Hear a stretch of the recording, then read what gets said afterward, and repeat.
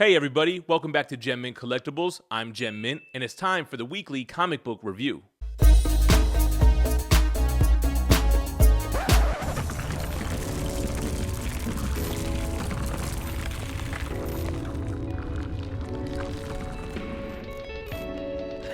Shout out to Rock and Robbie, but no, this is the new comic book day video. It's kind of a haul/review. If you've seen my last two videos for the last couple of weeks, getting back into the groove of things, getting caught up, keeping up with ongoing titles, and I did read a couple digitally. Don't let me forget to talk about those. But before we get into all of this stuff, I do have a giveaway that we're doing with our new sponsor, Courtyard.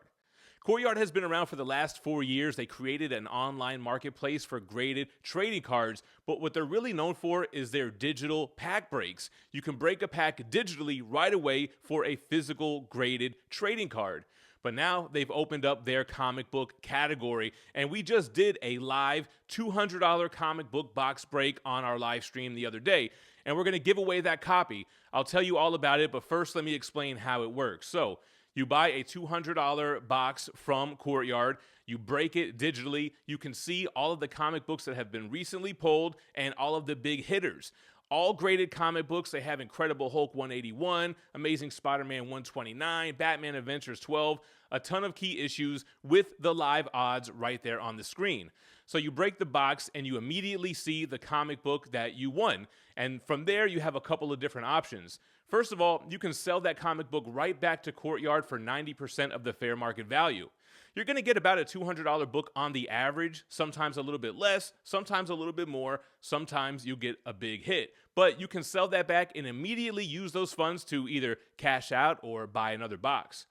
You could keep that comic book in your digital collection, which other people can see, and from there you can either put it on the marketplace if you want to sell it to another Courtyard member. If you think you could get more than what Courtyard is offering, you can sell it there for no fees, or you can gift it, straight up trade it to somebody else who's on Courtyard, which is how we're going to do the giveaway. The other option is to redeem it. You can have Courtyard ship you the physical copy of that book, that very same book, right to your house. So here's what I want you to do to enter the giveaway for the Marvel Contest of Champions Issue 1 CGC 9.8. Sign up for Courtyard using the link in my description or in the pinned comment, and comment on this video what your exact username is. Once I get at least 25 signups, I'll take that list, I'll randomize it on a live show, and whoever wins, I'll transfer the book from my possession to yours. And you could do whatever you want with it. You could sell it on the marketplace for no fees, you could leave it in your digital collection until something better comes along, or you could redeem it and have it shipped directly to you. If you guys end up doing any box breaks on Courtyard, comment down below what book you won and what you ended up doing with it. And I think that's everything. So with that, we can get into the new comic book day reviews. So, Absolute Wonder Woman. I got caught up reading issues 4, 5, 6, but I haven't read 8 yet because I still need issue 7. But I am really digging Wonder Woman. It wraps up that first arc, her with this kaiju. This is written by Kelly Thompson, and it has art from Hayden Sherman. And Sherman does a great job on this, man. First of all, I love all the weaponry that Wonder Woman has at her disposal. She has multiple lassos. So we get the story of how her mother Cersei creates the green lasso, and they all have different attributes. We end up getting a red lasso, the Nemesis lasso, and of course she has her big Berserk Dragon Slayer sword, which is awesome as well. So the first arc wraps up. I like the writing here too. And I'm not usually a big Kelly Thompson guy. I don't really like the kind of playful stuff that she did with like Jeff the Landshark this week, but I really like Wonder Woman. She's so wholesome. All of the Greek mythology and the Greek gods that are mentioned here, the Medusa stuff, just to kind of give you a vague idea. Really digging Absolute Wonder Woman. Kind of the same vibe with Absolute Superman. I got caught up reading 4 and 5. I need issue 6 because I have 7 and 8 still. So Superman, like I said, man, I was saying it was my favorite Absolute title over Batman, but I don't know, man. Batman might have won me back over.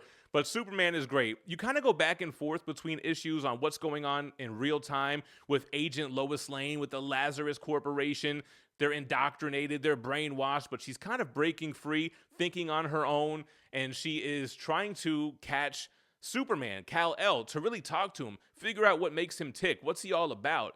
And you get this nice scene of all the people that he saved in all these different countries and how none of them will give him up and they're kind of hoping he burns the whole place to the ground. It's crazy, man. It's kind of like a dystopian 1984 type of future. And then you have Superman, like I said, it goes back and forth. So we see him in Krypton, the last days of Krypton. In this universe, he's older when this happens. The parents don't build a ship for just a baby to be sent to Earth. It's like a whole Noah's Ark type of thing, but there's complications with that. Yo, Jason Aaron writes this. I forgot. I got to remember to talk about the creators here. Jason Aaron writes this with Rafa Sandoval on the art. And it's great, man. I like the different kind of powers that Superman has. His cape is kind of like this red mist. It's part of the soul, kind of like the AI outfit that he's wearing, kind of like an Iron Man type of vibe. Absolute Superman is great. What's going on now? Oh, yeah. So I need issue 6. I don't remember what part of the arc I'm on. Anyway, and then we have Absolute Batman. So I'm all the way caught up with Absolute Batman with issues 7, 8, and 9 is the most recent one with Bane. And shout out to Rockin' Robbie again. I think he gave this pick of the week. I can see why he did that, man. This is so great because after that first arc, we get the Mr. Freeze stuff. And it's cool because in this universe, Mr. Freeze isn't that tragic, kind of you feel sorry for him, you can sympathize with him type of villain. He's a straight up regular villain, and there's a big twist to it. It's really good. And then issue 9, as you can see, introduces the Bane stuff. Bane is super formidable, man. He's fighting with pressure points, but he's still a big hulking beast before he uses the Venom, which he may or may not do. And then you have this stuff with Bruce Wayne, man. This ain't the Bruce Wayne that we know. He grew up with this kind of like ruffians group, man. I mentioned he grew up with Selena Kyle. They obviously had a relationship based on this issue. But he grew up with, what's the guy's name who's Killer Croc? Waylon or whatever? Him, Edward Nygma. Basically, his Bat family are what we know as the Rogues Gallery, but they're not the Rogues Gallery, at least not yet, in this universe. And he became Batman by learning something from each of these guys. And I wonder if they're going to end up making like some of them become Robin and Red Hood and stuff like that. But it's cool to see this new Bat fam. The Absolute Universe, I'm totally digging. I like where they're going and the changes they're making. Like, it feels like these writers are just having fun with this stuff, man. All right, guys, also got caught up on Ultimate Wolverine, issues 1 through 6. And I did do like a solo video for issue 1. It was cool to go back and revisit it. You basically have Logan as the ultimate version of the Winter Soldier. We can see the opposition with Colossus and Omega Red and Magic. And then we have Wolverine Logan. He is basically like the Winter Soldier, and he's being mind controlled. We meet the Resistance with Gambit and Catherine Pryde. It was pretty cool to see. And it seems like they're trying to get Logan back. They're trying to make him remember who he was. The art is amazing in here. I love the costume design for the Ultimate Wolverine. Who is on this one? Chris Condon is the writer. There was a guest artist on issue 6, Alex Lins. But let's see, who's doing the art on the other issues? Because I'm really digging the art. Double page spreads, just to give you an idea of the artwork here. So pretty dope. Alessandro Capuccio, Ultimate Wolverine. All right, still getting caught up with stuff. Guys, I only got my hands on Eddie Brock Carnage issue 1. If you remember from the last video, I have issue 5, so now I need 2 through 4. But first of all, look at this foil Mark Bagley Lethal Protector 1 homage. This shit is dope, man. So Eddie Brock Carnage.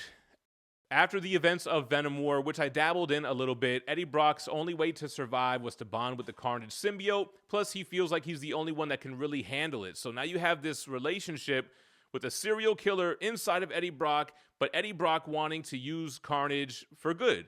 But there's a trade-off here. Carnage needs to kill. He wants to kill. So the whole aspect, or at least where they're starting off, is that in order to play nice, Carnage has like this hit list of supervillains that he wants to kill.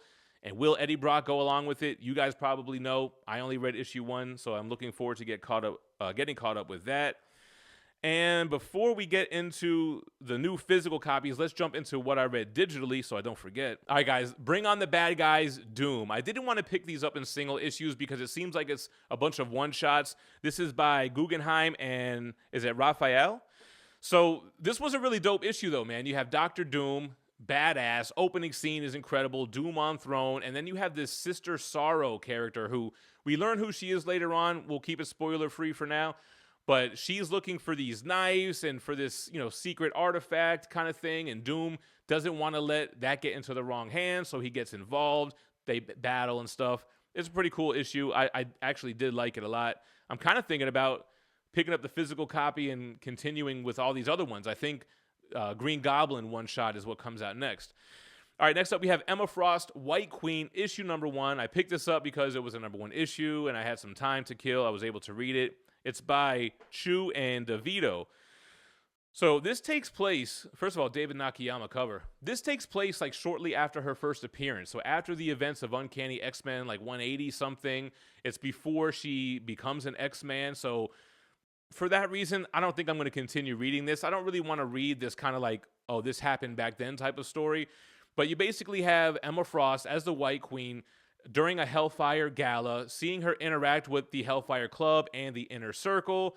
X-Men show up to find this missing mutant because that's their whole thing, and it kind of messes up the Hellfire gala, and she kind of takes the rap for it. Anyway, didn't really dig it. Probably won't read issue 2, and Godzilla vs. Avengers number 1, guys. I'm sorry, man. I did not like this whatsoever. This is by Walker and Gene T. And I just felt like it was such a immature take on the Avengers. It's like the new Avengers team. So Iron Man, Spider-Woman, Spider-Man, Cap, Wolverine, and Luke Cage. They just seem like they're written very goofy. You have Godzilla fighting Fang Foom the whole time. It just feels like Godzilla is like the smallest part of this story. There's this kaiju hunting team that shows up, and I don't know. I kind of knew what I was getting into. I might have a little bit of a preconceived notion that I wasn't going to like this. But I definitely did not like it, man. All right, so let's keep it moving. Speaking of Spider-Man, let's go to Amazing Spider-Man issue number 6 by Joe Kelly, and John Romita Jr. is back on the art, and this is a brand new arc. What's funny about Amazing Spider-Man is that this feels like an alternate universe, and Ultimate Spider-Man feels like it's the real universe. Like, in this series, Spider-Man is dating some girl. They're not exclusive, so she's kind of seeing other people. He is his mentor is Norman Osborn, and the premise of this new arc, at least in the start, is that Peter's life is great. Everything is going great. His job is doing good. He's having fun being Spider-Man. He's taking down bad guys. His relationships, I guess, he says they're kind of good. He's also hooking up with Black Cat on the side because, hey, they're not exclusive, right? So it just feels like this is the alternate universe. And they introduce the villain at the end of this. I don't really want to spoil it because I don't know if that's a big deal or not. I don't even really know who this villain is. Kind of seems familiar. But I'm still sticking with it. Ultimate Spider-Man is better. Sorry to say it, but that's that. And man, that's the only new one from Marvel. I think the only new one from DC is Absolute Flash issue number 4. So who is this by? Oh, Jeff Lemire and Kaplan. Yeah, so Absolute Flash is great. You have Wally West. He's on the run. His father is looking for him. He is a general, or he's working for the military. Barry Allen was doing scientific experiments, which led to Wally West becoming Flash. Gorilla Grodd becoming, in this universe, it's like Monkey Grodd. And he's got this kind of bond with Wally West. Wally West is trying to figure out his powers. He's kind of like your regular Flash origin. He has to eat a lot of calories. He's trying to ground himself. There's actually a great technique that Jeff Lemire writes in here. So if you're having a panic attack, you might want to follow. Think about 5 things you can see, 5 things you could touch, 5 things you could hear. I'm going to use that the next time I have a bad trip or something. I'm just kidding. I don't trip. Anyway, I thought this was dope. There are other creatures that have been created in this laboratory that have escaped, and unfortunately, Gorilla Grodd is leading them right to Wally West. Hence, the military are probably going to find him. So Absolute Flash is dope. I am digging it. And then we have a couple of indies. So Blood and Thunder, issue 2 comes out this week. I did have issue 1, so I got caught up.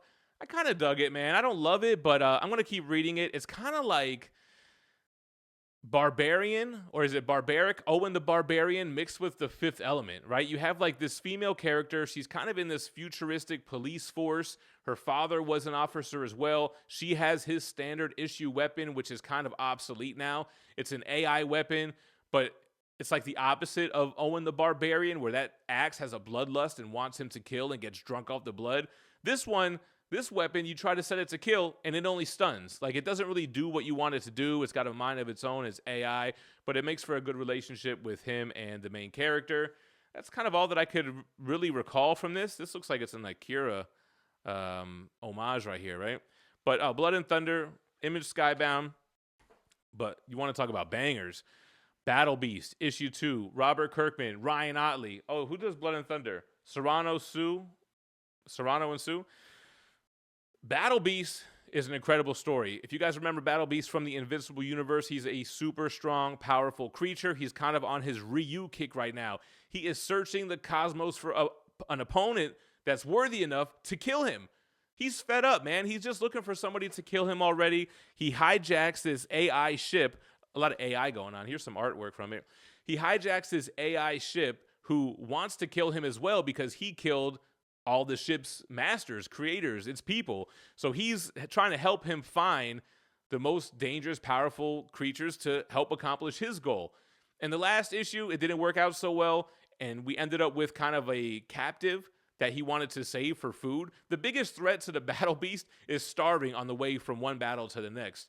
So it's funny, that creature, in an attempt to save its own life, directs him to where he feels like he can find that challenge. So he goes to the planet. They're actually having this blood tournament, which is right up his alley. So you can imagine what happens. But the artwork is incredible. It's bloody. It's well-paced. And it keeps you wanting more. Can't wait for issue 3 of Battle Beast. Onto the Energon universe, y'all. Go Joe, issue number 8. My boy, Joshua Williamson with Andrea Milani and Lee Luridge. So kind of a confession, I was never really a G.I. Joe guy. Like in my neighborhood, me and my friends had turtles, and our friend that was like on the other corner of the street, he had all the G.I. Joes. I never watched G.I. Joes. I never saw the movie. But I do like how the G.I. Joe comic book is kind of like what the effects of the Transformers coming to Earth have on them, and how Cobra Commander and Destro are using Energon as technology for their weapons, and how they have Transformers held captive. Now, they do introduce 2, I guess, popular characters from G.I. Joe. I don't want to name them, to keep it spoiler-free, but I guess that's a big deal. It looks kind of cool. The character that they shown and the other one that they mentioned, I guess, is another big bad. But I do like it. I find it enjoyable. This one was CoverGirl and Baroness, who's with the Joes. Baroness is begging for like a 48-hour retreat. Like, I'm not a prisoner. Let me do something I got to do. CoverGirl goes out with her against her will to kind of chaperone her. So you have this whole thing with Baroness trying to basically ditch CoverGirl the whole time. Anyway, I'm digging it. I'm not as a big a fan of G.I. Joe as I am the last book that I read, which is Transformers issue 20. Check out this cover here with our new Transformer, Carly's Van. What is his name, man? I can't think of his name off the top of my head. Breakneck, Break Speed. What the hell is it again? Shredhead. So we're nearing to the end of this 3rd arc. I'm assuming they're going to end it at issue 24. Optimus Prime has had Megatron's right arm for a good amount of this entire run, and it seemed to have been infecting him and making him do things he didn't want to do. It's given the Decepticons control of Optimus, and we do have the return of Megatron a few issues back, so you can kind of imagine what goes on there. But bro, combiners, Devastator, Bruticus, and a new combiner, not a new one, but new to this series, hits the scene in this issue. I love the kind of doofus relationship between Bruticus and Devastator. They might be formidable against the Autobots if they can stop fighting each other. But will that happen? Find out next time on Transformers. But I am digging Transformers. I can't wait for my Void Rivals hardcover to come in so I could get caught up on that and get current with Void Rivals as well. But those are the new comic book day reviews, y'all. Let me know what you thought about this week's comics in the comments down below. Again, use my link in the description and in the pinned comment. Set up an account over on Courtyard. Comment down below what your Courtyard username is. This way, once we get those 25 signups, we'll randomize those names and I'll transfer you the Marvel Contest of Champions issue number 1, CGC 9.8. Leave a like on the video if you dug it. Subscribe to the channel if you want to see some more. But most importantly, stay minty fresh. Peace.